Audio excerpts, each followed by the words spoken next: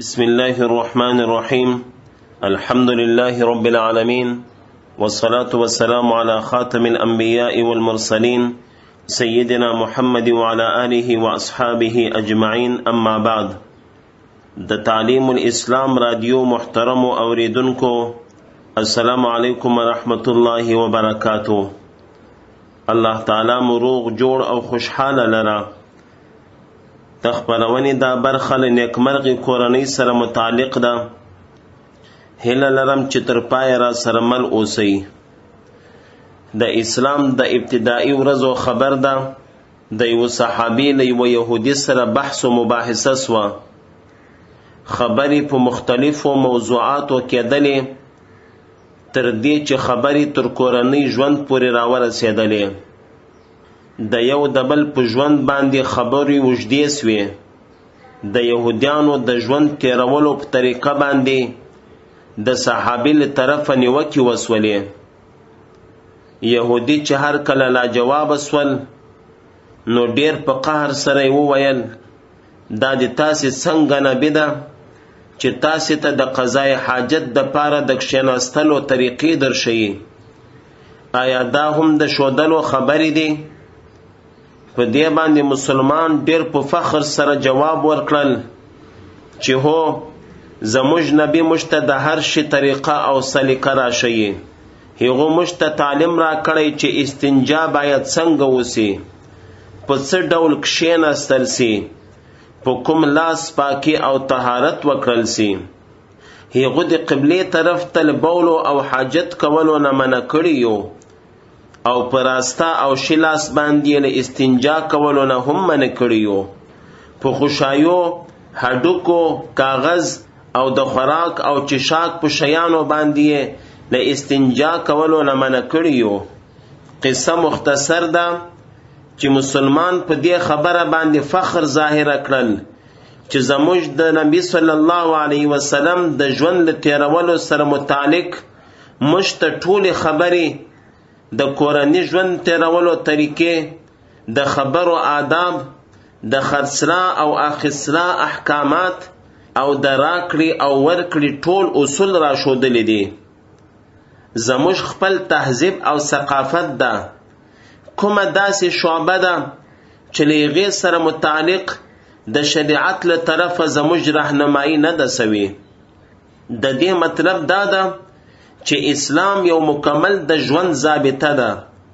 په دې کښې له پیدایش نه تر مرګه پورې، له واده نه تر غمه پورې، له کوچنیوالي نه تر ځواني پورې، له ځواني نه بیا تر سپینږیرتوب پورې، له شخصي معاملاتو نه تر حکومتي کارو پورې، له کورني ژوند نه تر راکړې او ورکړې معاملاتو پورې، له دهقاني نه تر تجارت او صنعت پورې، د بچیانو له تربیت نه د مشرانو تر حقوقو پورې، له ملکی سیاست نه تر عالمي تعلقاتو پورې، د خپلو د دوستي له احکامو نه بیا د یهود و هنود، مشرکین او نصارا، او له نورو قومو او مذاهبو سره تعلقات قائمولو پورې هر څه موجوده دي. دین د اسلام هغه واحد مذهب ده چې په یغو کښې په دومره تفصیل سره احکام بیان سوي دي. زموږ په دین کښې د ژوند له هر اړخ سره متعلق کافي او شافي لارښوونې موجوده دي. هغه ټول تفصیلات نن هم موجوده دي، لیکن بدقسمتي دا چې په یغو عمل کم سول، او حال دا چې په خیر القرون کې په دغو اصولو باندې عمل کېدل. له یغو نه پس هم تر یو وخته پورې د ژوند په هره شعبه کې د دین اسلام په احکاماتو په سختی سره عمل کېدل. د هغو نتیجه دا راووته چې مسلمان په تیزی سره په هر شعبه کې پر مخ روان ول.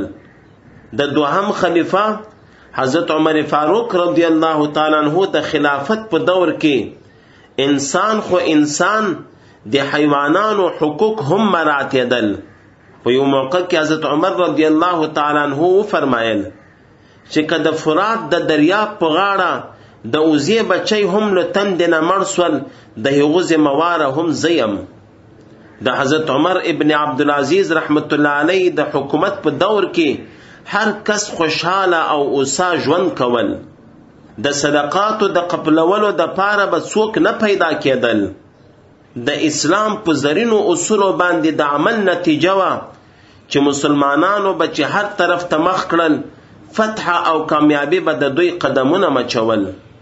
د نورو ادیانو او مذاهبو په مقابله کښې د دین اسلام دا خوبایی ده چې په دې کښې د ماشومانو تعلیم او تربیت، عقد و نکاح، غم او خوشحالی، جنگ و جدل، امن و صلح، د معیشت او تجارت اصول په عملی طور سره موجوده دي. په خپله د پیغمبر علیه الصلاة والسلام ټول ژوند زموږ مخته ده. بیا له خپلو او پردو سره څه قسم سلوک کول دي؟ د زنانو څه حقوق دي؟ له خادمانو او مزدورانو سره څه قسم رویه اختیارول دي؟ له ګاونډي او همسایه ملکو او قومو سره څنګه چلن کول دي؟ د ناجوړه پوښتنه په څه قسم کول دي؟ د تحقیق او تفتیش نظام باید څنګه وي؟ د علم د حاصلولو څه آداب دي؟ په دنیا کې چې د تعمیر او ترقی د پاره باید کوم اقدامات په څه ډول وسی؟ دا ټول شیان په اسلام کې موجوده دي. لیکن زموږ د بیعملی له وجه نن موږ د ژوند په هر شعبه کې له مشکلاتو سره مخامخ یو. زموږ کورنۍ نظام په خطر کې ده.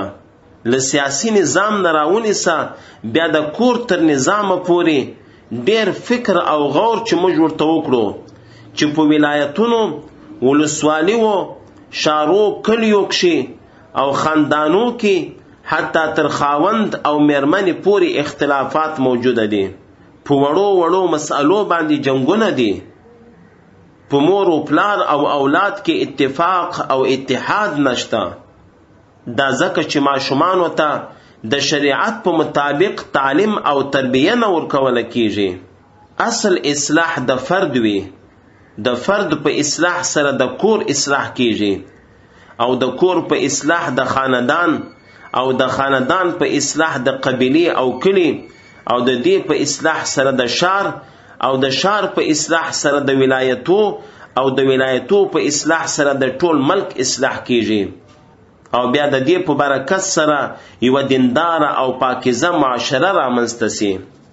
گویا کې اصل مسئله او د فساد جړ د شخص او فرد اصلاح او تربیت نه کول دي.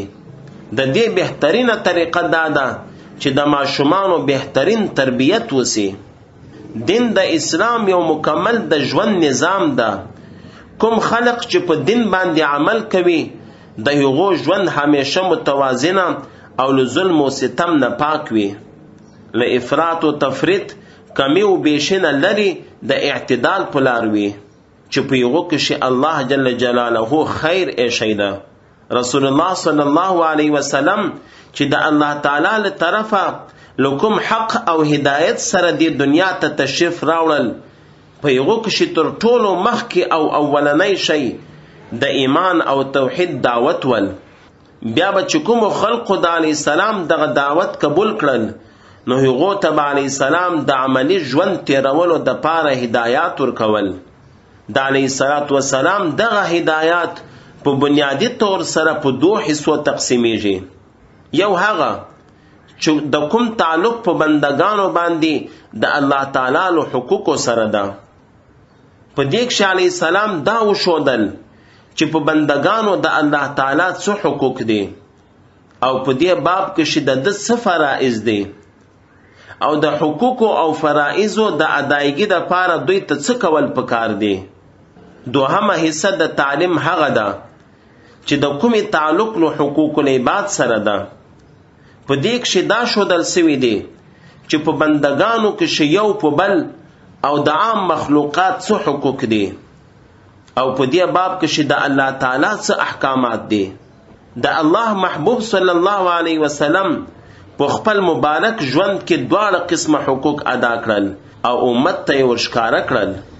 که د علیه السلام د مسجد ژوند وي او که کورنۍ ژوند وي، د سفر ژوند وي او که د حضر وي، د جنگ ژوند وي او که د امن وي، د ټولو یو پوره حقوق ادا کړل. بعضی خلک په عباداتو کې ډیره توجه ورکوي، لیکن د هغو په عمل او خبرو نور خلق په تکلیف کیږي. د نورو زړونه ورځوروي، خلک په خبرو کې زیروي، او بعضې خلک ډیر خوش اخلاقه وي، خلک نه تیر زوریږي لیکن په لمانځه کښې سستي کوي، د قرآن کریم د تلاوت دپاره وخت نه لري، یو د بنده د حقوقو خیال ونه ساتل، بل د الله تعالی د حقوقو لحاظ ونه ساتل. لہذا د دواړو حقوقو لحاظ ساتل پکار ده. زما محترم ورونو او خوندو، د هر مسلمان په بر مسلمان باندې 3 حقوق دي. هر مسلمان په بل مسلمان 3 حق لري. اول دا ده چې که چاته فائدہ نسی ورسولی تاوان هم ورسوه. دوهم، که یو مسلمان خوشحاله کولی نسی نو خفه کوی هم. دریم، که د یو چا تعریف نسی کولی، د یو چا خوبایی نسی بیانولی نو بد هم مپسی وایا. کوم کسان چې نن په دې دنیا کې بل مسلمان زوروي، بل مسلمان ته ایذا او تکلیف ورکوي، هغه د سبا د قیامت په ورځ باندې د دوزخ د اور د پاره د خپل ځان بندوبست وکړي. د قیامت په ورځ به الله جل جلاله فرمایي چې زه منصفه بادشاه یم، کوم جنتی جنت ته او کوم دوزخی دوزخ ته تر هغو وخته پورې نسی تلای چې تر څو پورې هغه په خپل ځان باندې راتلونکی د بل حق ادا نه کړي. تر دې پورې یو څوک بل څوک په چکه یې وهلی وي، د قیامت په ورځ به هغه بدله ورکوله کېږي. په یو بل ځای کې راغلی دی چې تر څو پورې خلک یو د بل حقوق ادا نه کړي دعاوې یې نه قبلیږي. امام مسلم رحمت الله علیه حدیث نقل کړی ده چې رسول الله صلی الله علیه وسلم د صحابه کرامو نه پوښتنه وکړه چې تاسو ته معلومه ده چې مفلس څوک ده؟ صحابه کرامو عرض وکړل چې موږ خو مفلس هغو چاته وایو چې له چا سره درهم او ساز و سامان نه وي، له چا سره پیسې نه وي، د دنیا ساز و سامان نه وي. علیه الصلاة والسلام فرمایل زما په امت کې مفلس هغه ده چې د قیامت په ورځ په داسې حال کې راسي چې له ده سره به لمنځونه او زکات او روزي وي، په اعمالنامه کې به یعنی په اعمالنامه کې به لمنځونه لیکلي وي، زکات او روزي به لیکلي وي، لیکن د په دنیا کې چاته کنځلې کړې وي، په چا به تهمت لګولی وي، د چا به مال خوړلی وي، د چا به وینې بیولی وي، څوک به وهلی وي، د ده نیکي به هغو ته ورکړلی سي، او بیا که نیکي وي مخکې ختمې سي او بدله لا نه وي پوره سوي نو د هغو ګناه به په ده باندې واچولی سي او بیا به الله جل جلاله دوزخ ته ورغورځار کړي. په یو روایت کې راغلی دی چې د قیامت په ورځ به د حقدارانو حق به ضرور دوی ته ورکول کیږي، تر دو پورې چې بې شکر او وزه چې د شکر والي وزې وهلې هغه بدله به ورکړله سي.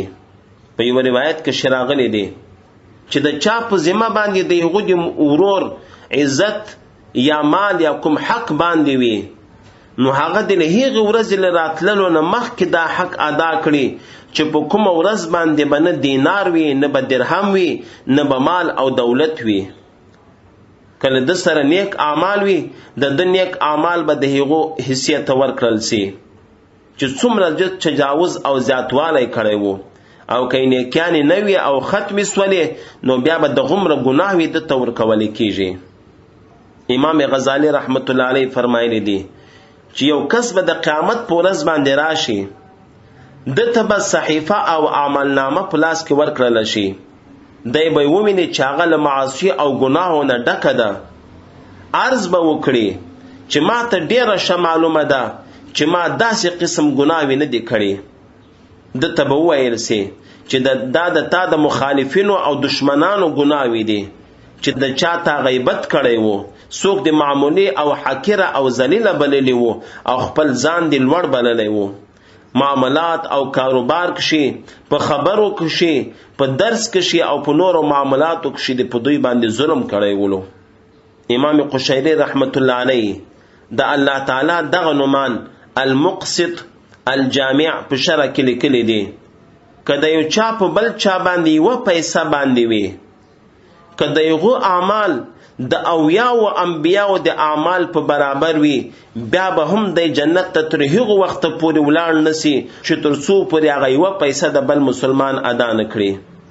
او دا لیکل شوي دي چې دغه د پیسو وال به د پیسې په بدله کې شي به د قیامت په ورځ 200 مقبول منځونه درته ورکړل سي، بیا به هم دی پې باندې خوشحاله نه وي.